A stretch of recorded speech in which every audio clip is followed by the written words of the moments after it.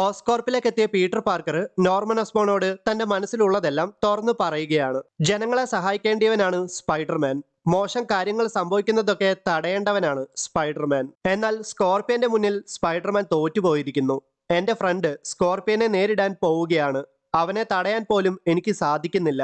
ഞാൻ ഇനി എന്താണ് ചെയ്യേണ്ടത് എന്നൊക്കെ പീറ്റർ പാർക്കർ നോർമൻ ഓസ്ബോണോട് പറയുമ്പോൾ അതിന് മറുപടിയായിട്ട് നോർമൻ ഓസ്ബോൺ ഇത്ര മാത്രമേ പറയുന്നുള്ളൂ. അതായത്, പീറ്റർ പാർക്കർ, നിനക്ക് ലഭിച്ച ശക്തികൾ എത്രമാത്രം അപകടകരമാണെന്ന് സ്വയം ചിന്തിച്ച് ഭയപ്പെടുന്നത് അവസാനിപ്പിക്കുക.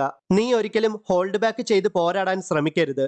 നീ ഹോൾഡ് ബാക്ക് ചെയ്യുന്നത് നിന്റെ ശത്രുക്കൾക്ക് വലിയൊരു അഡ്വാൻറ്റേജ് ആകും. നിന്റെ ശത്രുക്കൾ ഒരിക്കലും ഹോൾഡ് ബാക്ക് ചെയ്യില്ല.